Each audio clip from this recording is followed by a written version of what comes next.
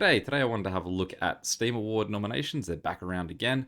And I sort of want to show what I've currently got in there. Some of these are locks, games I absolutely love, no question. Other ones I'm a bit tentative, and I'm happy to hear suggestions of things that even you saw me play that you think that I should be nominating for, or games that I haven't mentioned and possibly not played that I should be getting my head around. Because I suppose got a few more days to to make that change.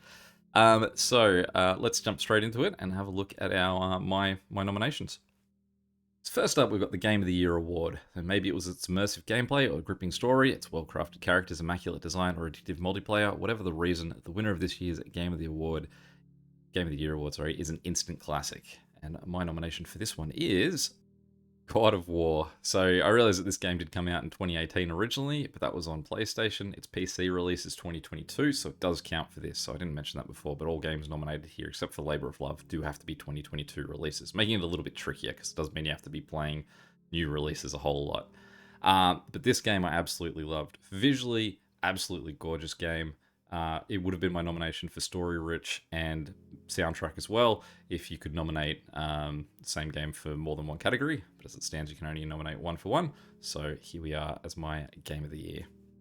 Next up, we've got the VR Game of the Year award. The VR Game of the Year isn't merely masquerading as regular reality. This game improves on reality, taking advantage of the medium of VR and pushing the boundaries of the virtual realm. And my nomination for this one is Moss Book 2. Now, I'll say with this one, I actually haven't played this game. So I do play VR, I own a VR headset, but I don't have any 2022 games at all. So I did want to nominate something, and I'm happy to hear suggestions of what you think is better. This one's on my wish list, and that is basically its conditions for making the list at the moment. But consider this definitely penciled in, and I can change if persuaded.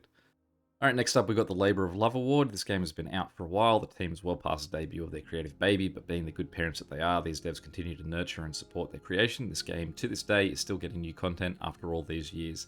So this one is the one award that you can nominate anything from any year. It doesn't have to be a 2022 game. So I did sort of consider Hunt Showdown, but then I thought, well, that's only really sort of introducing more characters. There's not too much change in that. Apex Legends was in there for a little bit, but I think I nominated it last year, and I've probably sunk less time into it this one, but my nomination for this one is Mini Motorways, probably unsurprisingly. You can see that I've spent a lot of time still playing this game, and obviously just recently there was new updates coming out for this guy as well. So, yep, it's keeping it fresh. It's kept me going. You can definitely see the devs are still working on this one, so I think it ticks all the boxes for what they want. So Mini Motorways in there with the nomination. And next up, we've got the Better with Friends award. There are some games out there that just aren't the same when you play by yourself. Maybe you need to have a friend to watch your back. Maybe you need to have a friend that you can stab in their back. Either way, fun is awaiting those who gather friends together and play this game. And my nomination for this one is Icarus. And I can tell you this couldn't be more penciled in. I do play a lot of co-op games with friends, but apparently this made me discover that we haven't really played anything from 2022. I do own this game.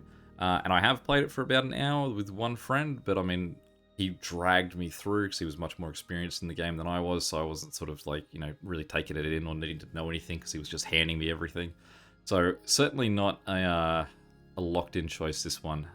Suggestions are more than welcome, both so that I can play other games with my friends, because I love to hear about good co-op games, and because this one certainly isn't locked in. Then we've got the Outstanding Visual Style Award.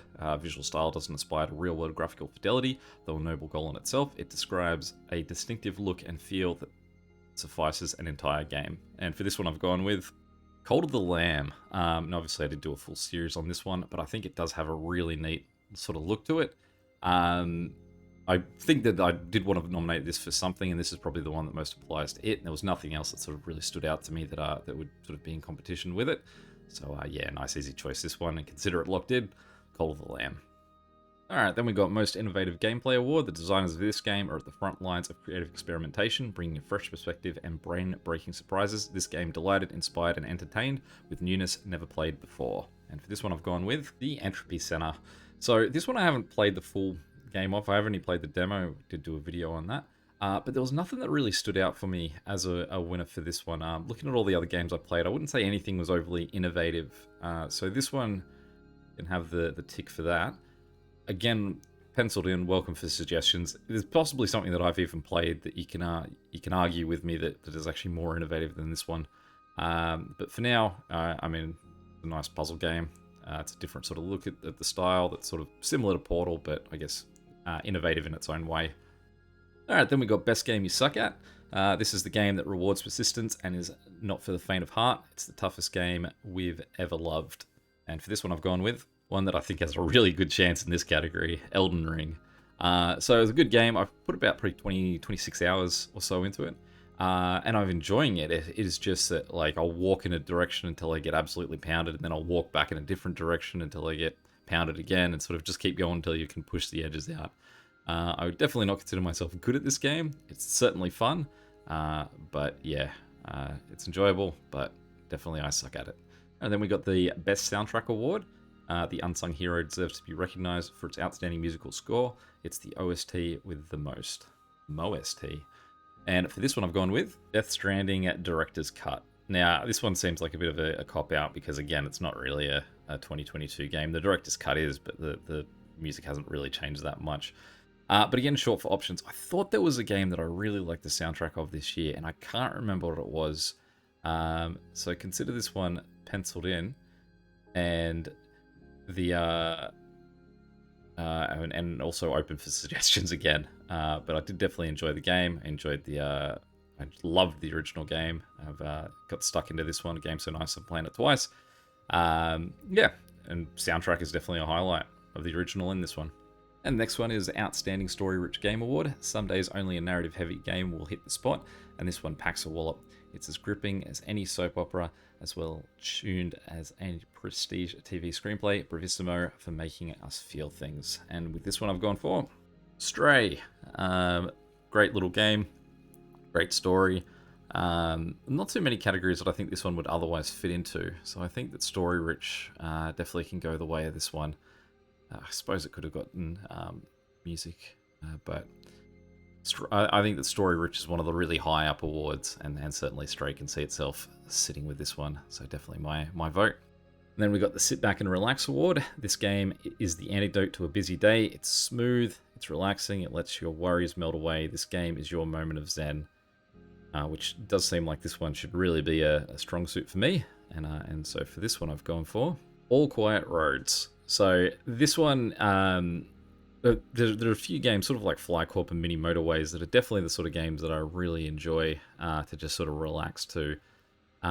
This one is the one that came out in 2022. I definitely, like, it does have its moments of becoming extremely hectic. If you just want to sit back and watch little characters go to their destinations and go and live their little character lives, definitely one that was a lot of fun this year. And then very last, we've got a brand new category. This one's called Best Game on the Go Award. This game was so good, you wanted to take it everywhere. So you did. And luckily, everything that made it endlessly playable at your desk got even better on the go. Now, this is another one that you don't have to nominate in because you may not have, I guess, a Steam Deck to sort of travel around with the game. I don't have a Steam Deck. Unfortunately, they're still not here yet in Australia, but I do eagerly await getting one. But I do have the Steam app on my phone that does allow me to connect back to my PC. And there's only one game this year that I was so eager to get back to playing that even though it didn't suit playing on a phone, I at least tried it.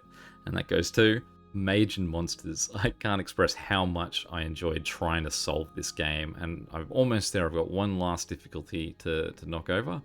I'm not sure I'll ever get there though, but this game was so addictive for a few weeks for me of just trying to just make minute changes to it that I definitely wanted to nominate it for something, and that I think that I sort of almost gave it most innovative gameplay because I do really enjoy the gameplay style, and I'm not sure what else sort of does have a similar style to it, but I don't think any other game applied to this category for me.